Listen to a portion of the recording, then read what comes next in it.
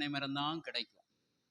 ஆனா வேதத்தில் சொல்லப்பட்டிருக்கிறதான குருத்தோலை என்னவென்றால் பாம் ட்ரீ. அப்படின்னா என்ன? பனை மரம். இனி ஹீப்ரூவில் அது என்ன மரம் என்று சொல்லப்பட்டிருக்கு? தமார். தமார் அப்படி என்று சொல்லப்பட்டிருக்கிறது. தமார் என்றால் பேரீட்சை மரம். என்ன மரம்? பேரீட்சை மரத்துக்கு குருத்தோலை அல்ல, பேரீட்சை மரத்தின் இலை. தூக்க முடியுமா? இன்னைக்கு காலில் பார்த்தேன், ஒரு இலக்கு வச்சிருக்காங்க. எல்லாரும் ஒரு இலக்கை வச்சுட்டு ஓசன்னா ஓசன்னான்னு சொல்றாங்க. சரி, இலைய தூக்கினாலும் சரி, கிளைய தூக்கினாலும் சரி, எதை தூக்கினாலும் ஆண்டவர் என்ன சொல்லுகிறாருன்னா, ஆமென் ஸ்தோத்திரம். வெளிப்படுத்தின புஸ்தகத்துல ஒரு ஆமென் வசனம் இருக்கிறது, கடைசியில தான் வாசிப்போம். இப்ப இங்க கவனிங்க. அந்த நாள்ல யாரு குருத்தோலை பிடித்திருக்கிறார்களோ அவர்களுக்கு தான் நித்திய ஜீவன் உண்டு. நித்திய ஜீவனை பெற்றவர்கள் தான் என்ன செய்ய முடியும்? அந்த குருத்தோலையை பிடிக்க முடியும். அல்லேலூயா. அப்போ குருத்தோலைனா என்ன சொல்லுங்க? தமார். ஹீப்ரு பாஷையில் என்ன? TAMAR, தமார். டமார்ல தமார். அது பேரீட்சை மரத்தினுடைய என்ன? இலை, ஓலை. அல்லேலூயா. தேவநாம மகிமைப்படுவதா. இதை எதற்காக பிடிக்கிறார்கள் என்று சொன்னால், வெற்றியின் அடையாளமாக.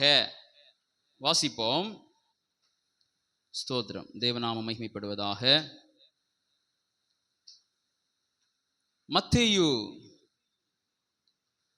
மத்தேயுல குருத்தோலை இல்லை, அதுக்கப்புறம் மார்க்லையும் இல்லை,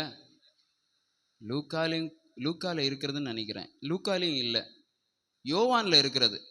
12வது அதிகாரம், யோவான் 12வது அதிகாரம் 13வது வசனத்தை வாசிப்போம். குருத்தோலைகளை பிடித்து கொண்டு அவருக்கு எதிர்கொண்டு போகும்படி புறப்பட்டு, ஓசன்னா, கர்த்தருடைய நாமத்தினாலே வருகிற இஸ்ரவேலின் ராஜா ஸ்தோத்தரிக்கப்பட்டவர் என்று ஆர்ப்பரித்தார்கள். ஆமென். குருத்தோலைகளை பிடித்து யாருக்கு எதிர்கொண்டு போனார்கள் சொல்லுங்க?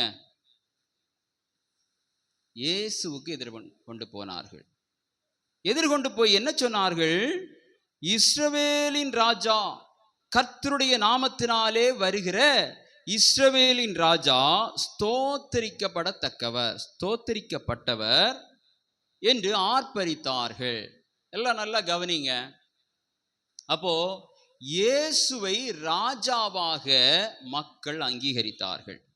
அப்போ ராஜாவை வரவேற்கும்படியாக மரக்கிளைகள், குருத்தோலைகள், இனி வஸ்திரங்களை விரித்து அவரை வரவேற்றார்கள். அப்படி என்றால் இயேசுவை நாங்கள் ராஜாவாய் ஏற்றுக்கொள்ளுகிறோம்.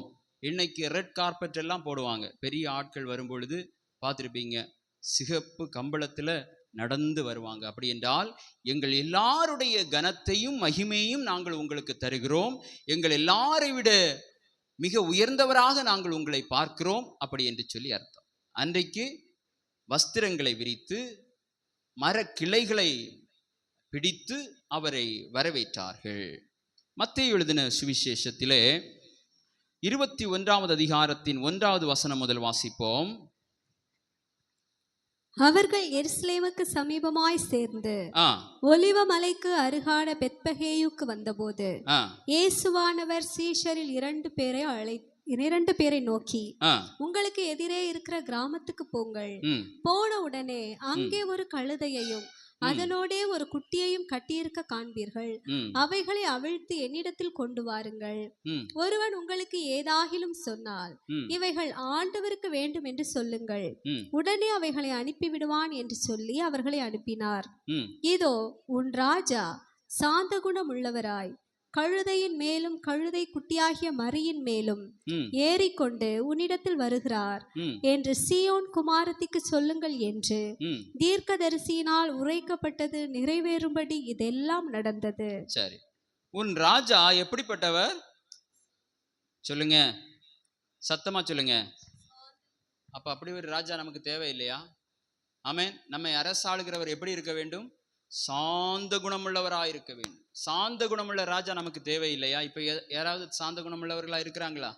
ஆமென், ஸ்தோத்திரம். அவர்களுக்கு வேண்டியவர்களுக்கு மாத்திரம் சாந்த குணமா இருப்பார். நம்மிடத்துல மூர்க்க குணமுள்ளவர்களா இருப்பார். அப்போ இஸ்ரவேலுக்கு, தேவனுடைய பிள்ளைகளுக்கு இந்த ராஜா எப்படிப்பட்டவர்? சாந்த குணமுள்ளவர். அவர் எப்படி வருவாராம்? கழுதை குட்டியாகிய மரியின் மேலும் ஏறி வருவார் என்று தீர்க்கதரிசியினால் உரைக்கப்பட்டது. இந்த தீர்க்க தரிசனம் பழைய ஏற்பாட்டுல எங்க இருக்கிறது? யாராவது ஒருவர் எடுத்து வாசிங்க பார்க்கலாம். எப்பவும் வாசிக்கிறவங்க வாசிக்க வேண்டாம். ஆண்கள் சைட்ல இருந்து இப்போ ஒரு ஆள் வாசிப்பாங்க. ஜோய்சன் எடுத்தாச்சுன்னு நினைக்கிறேன். எடுத்தாச்சா? சரி. அப்போ இயேசு கிறிஸ்துவை குறித்து அவருடைய வாழ்க்கையின் நாட்களிலே ஒவ்வொரு தீர்க்க தரிசனம் நிறைவேறும்படியாக அவர் தீர்க்க தரிசனத்தை என்ன செய்ய வரவில்லை? அவமாக்க வரவில்லை, நிறைவேற்றுவதற்காய் வந்தார். ஒவ்வொரு அந்த தீர்க்க தரிசனத்தின் வசனங்களையும் ஒரு சின்ன காரியமா இருந்தாலும் ஆண்டவர் நிறைவேற்ற மாட்டார். ஆண்டவர் நினைத்திருக்கலாம், கழுதைன்னு போட்டிருக்கு, கழுதையில ஏறி போனா எல்லாரும் கொஞ்சம் தரக்குறைவா நினைப்பாங்க, நம்ம ஒரு குதிரையில ஏறி போவோமே அப்படின்னு நினைக்கல. ஆமென், அல்லேலூயா. இல்லைன்னா இப்போ எல்லாம் என்ன செய்கிறாங்கன்னா, மத குருமார்களை ஒரு பல்லாக்கு மாதிரி கட்டி என்ன செய்வாங்க, 4 பேர் தூக்கிட்டு போவாங்க. பார்த்துருக்கீங்களா? 4 பேரில் நிறைய பேர் தூக்கிட்டு போவாங்க. அவர் அப்படி ராஜா மாதிரி அப்படி இருந்திருப்பார். முந்தி உள்ள ராஜாக்களை எல்லாம் அப்படிதான் கூட்டிட்டு போவாங்க. அது மாதிரி அவர் போயிருக்கலாம். ஆனா தீர்க்கதரிசியினால் உரைக்கப்பட்டது நிறைவேறும்படி அந்த தீர்க்கதரிசனம் எங்க இருக்கிறது? யாராவது சொல்லுங்க, பின்னால இருந்து சொல்லுங்க. எடுத்து வாசிங்க பார்க்கலாம். சொல்லிருங்க, வசனத்தை சொல்லிருங்க. சகரியா 9:9 எல்லாரும் எடுத்துக்கொள்ளுங்கள். சீயோன் குமாரத்தியே மிகவும் களிகூறு, எருசலேம் குமாரத்தியே கம்பீரி, இதோ உன் ராஜா உன்னிடத்தில் வருகிறார். அதாவது சீயோன் குமாரத்தியே என்றால் எருசலேம் நகரத்தை அல்லது இஸ்ரவேல் ஜனங்களை, இஸ்ரவேல் தேசத்தை ஆண்டவர் அன்பாய் கூப்பிடுகிறதான வார்த்தை. அல்லேலூயா. ஆண்களையும் பெண்களையும் சேர்த்துதான். சீயோன் குமாரத்தியே,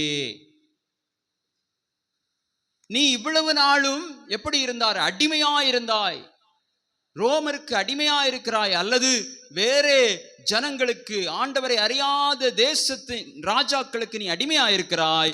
நீ மிகவும் மகிழ்ந்து களிகூறு. யாருடைய வருகையினாலே? சாந்த குணமுள்ளவராகிய அந்த இயேசுவினுடைய வருகையினாலே நீ மிகவும் மகிழ்ந்து களிகூறு. எருசலேம் குமாரத்தியே கம்பீரி, இதோ உன் ராஜா உன்னிடத்தில் வருகிறார். தொடர்ந்து வாசிப்போம். அவர் நீதி உள்ளவரும் ரட்சிக்கிறவரும் தாழ்மை உள்ளவரும் கழுதையின் மேலும். ஆமென். இயேசு இந்த உலகத்தில் பிறக்கிறதற்கும் சுமார் 400 ஆண்டுகளுக்கு முன்பதாக தீர்க்கதரிசியாகிய சகரியாவினாலே எழுதப்பட்ட வார்த்தை. 400 ஆண்டுகள். ஆமென். அப்படி என்றால் இப்போ 2022 ஆண்டுகள்ல இருக்கிறோம். அப்படித்தானே? 400 வருஷம் பழமையான யாரையாவது உங்களுக்கு தெரியுமா? ஒரு நபரை தெரியுமா? 400 வருஷம் பழமையான ஒரு ஆளை தெரியுமா உங்களுக்கு? தெரியாது. ஆனா 400 வருஷத்துக்கு பின்பதாக ஒருவர் வருவார். அந்த ராஜா எப்படிப்பட்டவர்? அவர் எப்படி வருவார்? எந்த வாகனத்திலே வருவார்? அவர் உங்களுக்கு என்னவெல்லாம் செய்வார் என்பதை குறித்து எந்த ஒரு மனுஷனுடைய புத்தியினாலும் சொல்ல முடியாது. ஆமென், அல்லேலூயா. எந்த ஒரு ஞான திருஷ்டினாலும் சொல்ல முடியாது. ஆனால் பரிசுத்த ஆவியானவருடைய ஏவுதலினாலே இந்த பரிசுத்தவானாகிய சகரியா எழுதியிருக்கிறார். அவர் தாழ்மையுள்ளவரும் கழுதையின் மேலும், கழுதை குட்டியாகிய மரியின் மேலும் ஏறி வருகிறவருமாய் இருக்கிறார். அப்படியே மத்தேயு 21. ஆமென், ஸ்தோத்திரம். 5 வாசியுங்கள். தீர்க்கதரிசியினால் உரைக்கப்பட்டது நிறைவேறும்படி இதெல்லாம் நடந்தது. சீஷர்கள் போய் இயேசு தங்களுக்கு கட்டளையிட்டபடியே செய்து கழுதையையும் குட்டியையும் கொண்டு வந்து அவைகள் மேல் தங்கள் வஸ்திரங்களை போட்டு அவரை ஏற்றினார்கள். பாருங்க என்ன செய்கிறாங்க, தங்களுடைய வஸ்திரங்களை போட்டு அவரை ஏற்றுகிறார்கள். ஆமென். முதல்ல சொன்னேன், தங்கள் வஸ்திரங்களை கொடுத்தார்கள் என்று சொன்னால் அவர்களை ஏற்றுக்கொண்டார்கள் என்று அர்த்தம். அல்லேலூயா, ஆமென், ஸ்தோத்திரம். ஏற்றுக்கொள்வதின் அடையாளம் தான் தன் வஸ்திரத்தை கொடுப்பது. இனி மக்கள் எல்லாம் என்ன செய்கிறார்கள் என்றால், தங்கள் வஸ்திரங்கள் என்ன செய்கிறார்கள், அவர் நடந்து வரும்படியாக சாலையிலே விரிக்கிறார்கள். வாசிப்போம். திரளான ஜனங்கள் தங்கள் வஸ்திரங்களை வழியிலே விரித்தார்கள். வேறு சிலர் மரக்கிளைகளை தரித்து வழியிலே பரப்பினார்கள். நல்லா பாருங்க, மத்தேயு எழுதும்போது எப்படி எழுதியிருக்கிறார், குருத்தோலை அல்ல, என்ன கிளை, மரக்கிளை. அப்போ அந்த இடம் எப்படி, எந்த இடம் என்று சொன்னால் ஒலிவ மலையின் அருகே என்று சொல்லப்பட்டிருக்கிறது, அப்படிதானே? அப்போ ஒலிவ மலையில என்ன மரம் நிற்கும் சொல்லுங்க? எலுமிச்சை மரமா? ஒலிவ மலையில என்ன மரம் நிற்கும்? ஒலிவ மரம் நிற்கும். அப்போ ஒலிவ மரத்தின் கிளைகள் என்றால், ஒலிவ மரம் என்றாலே அது சமாதானத்திற்கு அடையாளம். அல்லேலூயா, ஹல்லேலூயா, ஸ்தோத்திரம். வாசிப்போம். இயேசுவின் பிறப்பை குறித்து சொல்லும் பொழுது ஏசாயா 9வது அதிகாரம் அதனுடைய 6வது வசனத்தை யாராவது ஒருவர் வாசிக்கலாம். நமக்கு ஒரு பாலகன் பிறந்தார், நமக்கு ஒரு குமாரன் கொடுக்கப்பட்டார், கர்த்தத்துவம் அவர் தோளின் மேல் இருக்கும், அவர் நாமம் அதிசயமானவர், ஆலோசனை கர்த்தா, வல்லமையுள்ள தேவன், நித்திய பிதா, சமாதான பிரபு என்னப்படும். ஆமென். இந்த ராஜாவுடைய குணம் என்ன? அவர் அதிசயமானவர், அவர் ஆலோசனை தரக்கூடிய கர்த்தராயிருக்கிறார், அவர் வல்லமை உள்ளவராயிருக்கிறார், நித்திய பிதாவாயிருக்கிறார், கடைசியிலே சமாதான பிரபுவாயிருக்கிறார். ஆமென், அல்லேலூயா. இந்த வார்த்தைகளை எல்லாம் அந்த ஜனங்கள் உச்சரித்தார்கள், தங்களுடைய வாயினாலே அறிக்கை செய்தார்கள். நாம் எதிர்பார்த்த ராஜா, சகரியா தீர்க்கதரிசினாலே உரைக்கப்பட்ட ராஜா, ஆம், நம்முடைய தாவீது சொன்ன அந்த ராஜா, ஆமென், ஆதாமுடைய காலம் முதலே எதிர்பார்த்த அந்த ராஜா இவர்தான். யார்? நித்திய பிதா. ஆமென். இவரை குறித்து அநேக தீர்க்க தரிசன புஸ்தகங்களிலே சொல்லப்பட்டிருக்கிறது. அவர்தான் இவர் என்று சொல்லி அவர்கள் என்ன செய்தார்களாம்? ஆர்ப்பரித்தார்கள். அல்லேலூயா. அடுத்தது வாசிங்க.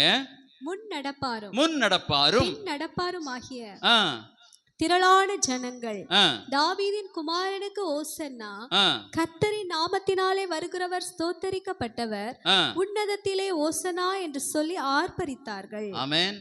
அவரை சூழ்ந்து இஸ்ரவேல் ஜனங்கள் முன் நடப்பாரும் பின் நடப்பாரும், அப்படி என்றால் ஜன கூட்டத்தின் நடுவிலே இயேசு கழுதையிலே பிரயாணமாய் போகிறார். அல்லேலூயா, ஆமென், ஸ்தோத்திரம். நான் முதல்ல சொன்னேன், நடக்கிறவர்கள் நடக்கும்படியாக, நல்ல உயர்ந்த பதவியில் இருக்கிறவர்கள் ராஜாக்கள் போகும்படியாக என்ன விரிப்பார்கள்? சிவப்பு கம்பளத்தை விரிப்பார். நான் நினைக்கிறேன் இந்த சிவப்பு கம்பளம் இப்பொழுது எப்படி விரிக்கப்படுகிறது என்றால், ஒரு ரோலர் இருக்கும், அந்த ரோலரில் அப்படியே உருட்டிட்டு போயிட்டே இருப்பாங்க. இவர் நடக்க நடக்க இங்கே இது ரோலப் ஆகிட்டே இருக்கும். இப்போ முன்னடப்பாரும் பின்னடப்பாரும் தங்களிடத்தில் நிறைய வஸ்திரங்கள் இல்லை. இவங்க என்ன செய்வாங்க? அவர் நடக்க நடக்க திரும்ப திரும்ப அந்த வஸ்திரங்களை போட்டுக்கொண்டு போய்கொண்டே இருப்பார்கள். ஆமென், அல்லேலூயா. ஏனென்றால் இவர் இஸ்ரவேலின் ராஜா, நாம் எதிர்பார்த்த ராஜா இவர்தான். இத்தனை நாட்கள் நம் மத்தியிலே அற்புதங்களை செய்தவர், நாம் எதிர்பார்த்த ராஜா. நடந்து கொண்டு போய்கொண்டே இருக்கும் பொழுது மற்ற இஸ்ரவேல் ஜனங்கள் கேட்பார்கள், ஏன் இவருக்கு பின்னே செல்கிறீர்கள்? ஓ, நம்முடைய தீர்க்கதரிசிகள் எல்லாம் சொன்னார்களே ஒரு ராஜா வருவார் என்று சொல்லி, அந்த ராஜா தான் இந்த ராஜா. பாருங்கள், கழுதையின் மேலே ஏறி வருகிறார். பாருங்கள், இத்தனை நாட்கள் எப்படிப்பட்ட அற்புதங்களை செய்திருந்தார். நல்லா சொல்லுங்க பார்க்கலாம், கடைசியாக அவர் செய்த அற்புதம் என்ன? இப்படி நடந்து வர்றார் இல்லையா கழுதைக்கு மேல, கடைசியா செய்த அற்புதம் என்ன? ஒரு பெரிய அற்புதத்தை செய்தார். யாராவது தெரிஞ்ச சொல்லுங்க பார்ப்போம். தேவ நாம மகிமைப்படட்டும். யோவான் 12வது அதிகாரத்தை எடுத்துக்கொள்ளுங்கள். 12வது அதிகாரத்திலே தேவ நாம மகிமைப்படுவதாக. அதிலே ஒரு 8வது வசனத்திலிருந்து வாசிங்க பார்க்கலாம். தரித்திரர் எப்பொழுதும் உங்களிடத்தில் இருக்கிறார்கள், நான் எப்பொழுதும் உங்களிடத்தில் இரேன் என்றார். அப்பொழுது யூதரில் திரளான ஜனங்கள் அவர் அங்கே இருக்கிறதை அறிந்து இயேசுவின் நிமித்தமாக மாத்திரம் அல்ல, அவர் மரித்தோரிலிருந்து எழுப்பின லாசருவை காணும்படியாகவும் வந்தார்கள். லாசருவின் நிமித்தமாக யூதர்களில் அநேகர் போய் இயேசுவினிடத்தில் விசுவாசம் வைத்தபடியால் பிரதான ஆசாரியர்கள் லாசருவையும் கொலை செய்ய ஆலோசனை பண்ணினார்கள். சில நாட்களுக்கு முன்பதாக இவர் ஒரு பெரிய அற்புதம் பண்ணியிருந்தார். அந்த அற்புதம் என்ன பிள்ளைங்க சொல்லுங்க? சொல்லுங்க பிள்ளைங்க எல்லாம் பின்னால இருக்கிறாங்க. சொல்லுங்க. லாசருனா யாரு? லாசருனா யாரு சொல்லுங்க? உயிரோடு இருந்தவரா? மரித்து போனவர். மரித்து எத்தனை நாள் ஆனது? 4 நாட்கள் ஆனது. 4 நாள் கழிச்சு என்ன ஆனது சொல்லுங்க? இயேசுவினுடைய வருகையினாலே இயேசு கல்லறைக்கு முன்னால நின்று என்ன சொல்லி கூப்பிட்டார் சொல்லுங்க? லாசருவே வெளியே வா. ஜீவனுள்ள வார்த்தை கடந்து சென்றபடியினாலே இறந்து போன சரீரம் 4 நாட்கள் ஆகி இருந்தது. அந்த உடல் அழுக தொடங்கி இருக்கும். அவருடைய சகோதரி என்ன சொன்னா? 4 நாள் ஆயிற்று, நீர் அங்க போக வேண்டாம், இனி என்ன செய்யும்? அதனால நீர் விட்டுவிடும் ஐயா, அவ்வளவுதான். நீர் முதல்ல வந்திருந்தா என் சகோதரன் எப்படி இருந்திருப்பான்? அவன் உயிரோடு இருந்திருப்பான். அல்லேலூயா, ஆமென். முடிந்து போன பின்பு வாழ்வை கொடுக்கக்கூடியவர் நம்முடைய தேவன். அதிசயமானவர். யாரால இது கொடுக்க முடியுமா? இன்னைக்கு இருக்கிறதான எந்த ஒரு மருத்துவராலும் கொடுக்க முடியாது. மருத்துவமனையில போய் உயிர் போயிட்டுனா உடனடியா வந்து சொல்லுவாங்க, நீங்க போய் என்ன செய்யுங்க, பில்லை கட்டுங்க, கூட்டிட்டு போயிருங்க. அங்க பாதுகாக்க மாட்டாங்க. இனி உயிர் வரும்னு சொல்லி பாதுகாக்க மாட்டாங்க. அல்லேலூயா. அப்போ இந்த ரகசியங்களை அங்கே கேள்வி கேட்கிற மக்களுக்கு சொல்லுகிறார்கள். லாசருவை ஒருவர் எழுப்பினாரே, அந்த தேவன் தான் ஏற்கனவே கழுதையின் மேலே நம்முடைய ராஜா வருவேன் என்று சொல்லி இருக்கிறாரே, அந்த தேவன் இப்பொழுது சென்று கொண்டிருக்கிறார். உடனே அந்த ஜனங்கள் எல்லாம் இவருக்கு பின்னே வருகிறார்கள். இவர் ராஜா, நம்முடைய ராஜா, எருசலேமுக்கு சென்று நமக்கு விடுதலையை வாங்கி தரக்கூடியவர். அல்லேலூயா, தேவநாம மகிமைப்படுவதாக. அடுத்ததாக லூக்காவிலே என்ன சொல்லப்பட்டிருக்கிறது? லூக்கா 19வது அதிகாரம் 38வது வசனம். அந்த ஒரு வசனத்தை மாத்திரம் வாசியுங்கள். கர்த்தருடைய நாமத்தினாலே வருகிற ராஜா ஸ்தோத்தரிக்கப்பட்டவர், பரலோகத்திலே சமாதானமும் உன்னதத்திலே மகிமையும் உண்டாவதாக என்று மிகுந்த சத்தத்தோட தேவனை புகழ்ந்தார்கள். பாருங்கள், அங்கே கர்த்தரின் நாமத்தினாலே வருகிற நம்முடைய பிதாவாகிய தாவீதின் ராஜ்யம் ஆசீர்வதிக்கப்படுவதாக உன்னதத்திலே ஓசன்னா என்று சொல்லி ஆர்ப்பரித்தார்கள். இங்கே கர்த்தருடைய நாமத்தினாலே வருகிற ராஜா ஸ்தோத்தரிக்கப்படத்தக்கவர், பரலோகத்திலே சமாதானமும் உன்னதத்திலே மகிமையும் உண்டாவதாக என்று மிகுந்த சத்தத்தோடு தேவனை புகழ்ந்தார்கள். எதற்காக? நமக்காக ராஜ்யத்தை தரப்போகிறார். அப்போ இயேசு ராஜ்யத்தை கொடுத்தாரா? சொல்லுங்க, கவனிங்க. இயேசு ராஜ்யத்தை கொடுத்தாரா? விடுதலையை வாங்கி இயேசு கொடுத்தாரா? இல்லையா? இல்லை. ஆமென். எருசலேமுக்கு போய் ரோமர்களோடு சண்டையிட்டு இவர்கள் இந்த ஜனங்களுக்கு ராஜ்யத்தை கொடுப்பார் என்று எதிர்பார்த்த ஜனங்களுக்கு என்ன கிடைத்தது என்றால், ஆமென், ஸ்தோத்திரம், ஏமாற்றம் கிடைத்தது. அவர் எருசலேமுக்கு போய் அங்கே இருக்கிறதான வணிகர்களை எல்லாம் அடித்து என்னுடைய வீட்டை என்ன சொன்னார்? கள்ளர் குகையாக மாற்றினீர்கள் என்று சொல்லி அங்கே வேற ஒரு சில செய்கைகளை செய்கிறார். கடைசியில் இந்த ஜனங்கள் இயேசுவை யாரிடத்தில் பிடித்து கொடுத்தார்கள்? பாருங்கள், ஜனங்களே தேவனுக்கு விரோதமாக எழும்பி விட்டார்கள். எந்த ஜனங்கள் உன்னதத்தில் மகிமையும் பூமியிலே சமாதானம்னு சொன்னாங்களோ, இவர் ஸ்தோத்தரிக்கப்படத்தக்கவர் தங்களுடைய வஸ்திரங்களை எல்லாம் விரித்து ஏற்றுக்கொண்டார்கள். அந்த ஜனங்கள் என்ன சொன்னார்கள்? மத்தேயு 27வது அதிகாரம் 22வது வசனத்தை வாசிப்போம். பிலாத்து அவர்களை நோக்கி, அப்படியானால் கிறிஸ்து என்னப்பட்ட இயேசுவை நான் என்ன செய்ய வேண்டும் என்று கேட்டான். அவனை சிலுவையில் அறைய வேண்டும் என்று எல்லாரும் சொன்னார்கள். ஆமென். குருத்தோலை பிடித்து, மரக்கிளைகளை எல்லாம் பிடித்து, வஸ்திரங்களை விரித்து, நீர் மகிமையானவர், நீர் உன்னதமானவர், நீர் தாவீதின் குமாரனாயிருக்கிறீர் என்று சொன்ன அந்த ஜனங்கள் கடைசியில் என்ன சொன்னார்கள்? அவரை இன்றைக்கும் பாருங்கள், அரசியல் கட்சியில நிறைய பேர் என்ன செய்வார்கள் என்றால், அந்த கட்சியில இருக்கும்போது அந்த தலைவருக்கு நல்ல ஆதரவு கொடுப்பாங்க. அவர் தோற்றுவிட்டால் எல்லாரும் ஓடி விடுவாங்க. இவங்க என்ன நினைத்தார்கள்?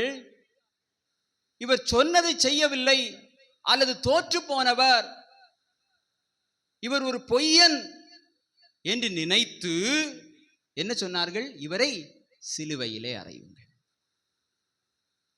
அப்போ இந்த ஜனங்களுடைய விசுவாசங்கள் எல்லாம் சோதிக்கப்படுகிற நேரத்திலே அவர்கள் என்ன சொன்னார்கள்? இயேசுவை பார்த்து, சிலுவையிலே அறையும். இவன் அல்ல ராஜா, இவர் அல்ல ராஜா, இவரை சிலுவையிலே அறையுங்கள்.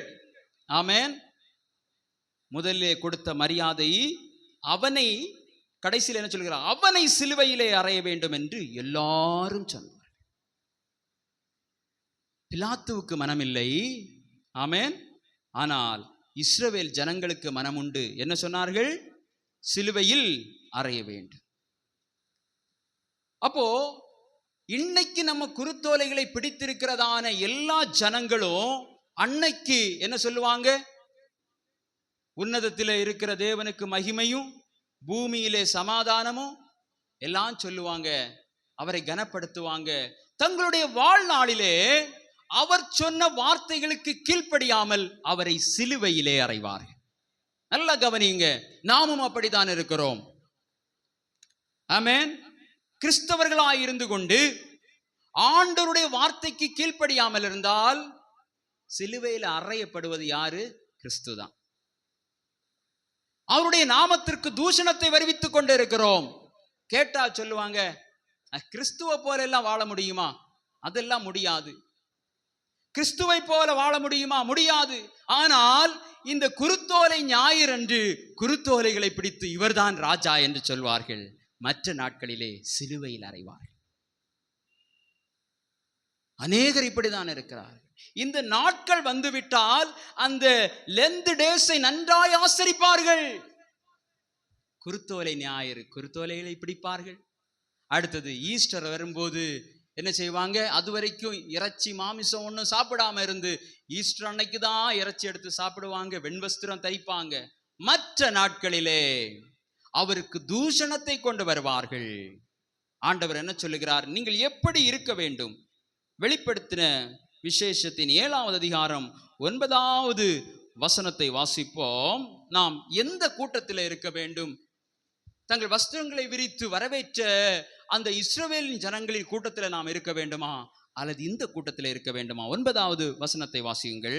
இவைகளுக்கு பின்பு நான் பார்த்தபோது இதோ சகல ஜாதிகளிலும் கோத்திரங்களிலும் ஜனங்களிலும் பாஷைக்காரரிலும் இருந்து வந்ததும் ஒருவனும் எண்ண கூடாததுமான திரளான கூட்டமாகிய ஜனங்கள் வெள்ளை அங்கிகளை தரித்து தங்கள் கைகளில் குருத்தோலைகளை பிடித்து சிங்காசனத்திற்கு முன்பாகவும் ஆட்டுக்குட்டியானவருக்கு முன்பாகவும் நிற்க கண்டேன். ஆமென். 10வது வசனம். அவர்கள் மகா சத்தமிட்டு இரட்சிப்பின் மகிமை சிங்காசனத்தின் மேல் வீற்றிருக்கிற எங்கள் தேவனுக்கும் ஆட்டுக்குட்டியானவருக்கும் உண்டாவதாக என்று ஆர்ப்பரித்தார்கள். அல்லேலூயா. இந்த கூட்டத்துல நம்ம இருக்கணும். ஆமென். இவர்கள் விசுவாசம் என்னும் பரீட்சையிலே வெற்றி பெற்றவர்கள். அல்லேலூயா. முதல்ல குருத்தோலை பிடித்து வந்தவர்கள் உலகத்தின் ராஜ்யத்தை எதிர்பார்த்து கிடைக்காத உடனே இயேசுவை சிலுவையிலே அறையுங்கள் என்று அவரை ஒப்பு கொடுத்தவர்கள். ஆனால் இவர்கள் அப்படி அல்ல. இயேசுவின் சுவிசேஷத்தை ஏற்றுக்கொண்டு, ஆமென், இது சபை, அல்லேலூயா. இங்க இருக்கிற நீங்களும் நானும் தான். சபையை முதல்ல அவர் எடுத்துக்கொள்வாரே, அவர் எடுத்துக்கொண்ட பின்பு சகல ஜாதிகளிலும் கோத்திரங்களிலும் ஜனங்களிலும் பாஷைக்காரிலும் இருந்து ஒருவரும் எண்ணக்கூடாததுமான திரளான ஜனக்கூட்டங்கள் வெள்ளை அங்கி தரித்து, குருத்தோலை அன்னைக்கும் ஈஸ்டர் அன்னைக்கும் தரிக்கிறதல்ல, இந்த வெள்ளை அங்கியை தேவனே நமக்கு தருவார். ஆமென், அல்லேலூயா. அவர்கள் என்ன செய்கிறார்கள்? தங்கள் கைகளில் குருத்தோலைகளை பிடித்து சிங்காசனத்துக்கு முன்பாகவும் ஆட்டுக்குட்டியானவருக்கு முன்பாகவும் நிற்க கண்டேன். அப்போ நின்றுதான் இதே பாட்டை அங்கே பாடுகிறார்கள். எப்படி இந்த தேவனை இந்த ஜனங்கள் மகிமைப்படுத்தினார்களோ அதை போல மகிமைப்படுத்துகிறார்கள். ஆனால் இவர்கள் மகிமைப்படுத்தி இவரை கொலைக்கு ஒப்பு கொடுத்தார்கள். ஆமென், அல்லேலூயா. இவர்கள் மகா சத்தமிட்டு இரட்சிப்பின் மகிமை சிங்காசனத்தின் மேல் வீற்றிருக்கிற எங்கள் தேவனுக்கும் ஆட்டுக்குட்டியானவருக்கும் உண்டாவதாக என்று ஆர்ப்பரித்தார்கள். அவர்கள் ஆர்ப்பரித்து விட்டு விட்டார்கள். ஆனால் இவர்கள் ஆர்ப்பரித்து நித்திய காலமாய் அவரோடு கூட வாழ்கிறவர்கள். அல்லேலூயா.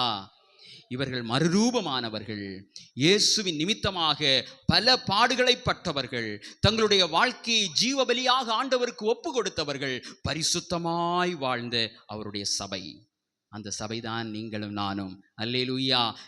நாம் நிறைய பாவங்களை செய்வோம், நிறைய அக்கிரமங்களை செய்வோம். ஆனால் பிதா இயேசு கிறிஸ்துவின் இரத்தத்தின் மூலமாய் நம்முடைய பாவங்களை மன்னிக்கிறார். ஆட்டுக்குட்டியானவருக்கு, ஆமென், ஆட்டுக்குட்டியானவர் மூலமாய் நம்முடைய பாவங்களை மன்னிக்கிறார். அவர் மூலமாய் நாம் பிதாவிடத்திலே போகும் பாக்கியத்தை பெறுகிறோம். அங்க போய் குருத்தோலைகளை பிடிக்கணும். அல்லேலூயா. ஆமாம், ஆமென், ஸ்தோத்திரம். எல்லாரும் எழுந்து நிற்கலாமா? Thank you Jesus, thank you Jesus. Hallelujah, hallelujah. தேவநாம மகிமைப்படுவதாக, தேவநாம மகிமைப்படுவதாக. ஹல்லேலூயா, ஹல்லேலூயா. எல்லாரும் ஸ்தோத்திரங்களை ஏறெடுக்கலாம், எல்லாரும் ஸ்தோத்திரங்களை எடுக்கலாம். ஒரு நாளிலே, ஆமென், ஸ்தோத்திரம், ஆண்டவருடைய அந்த பண்டிகையை ஆசரிப்பது அல்ல, இஸ்ரவேல் ஜனங்கள் செய்த அதே செயலை செய்யும்படியாக ஆண்டவர் நமக்கு கற்றுத்தரவும் இல்லை.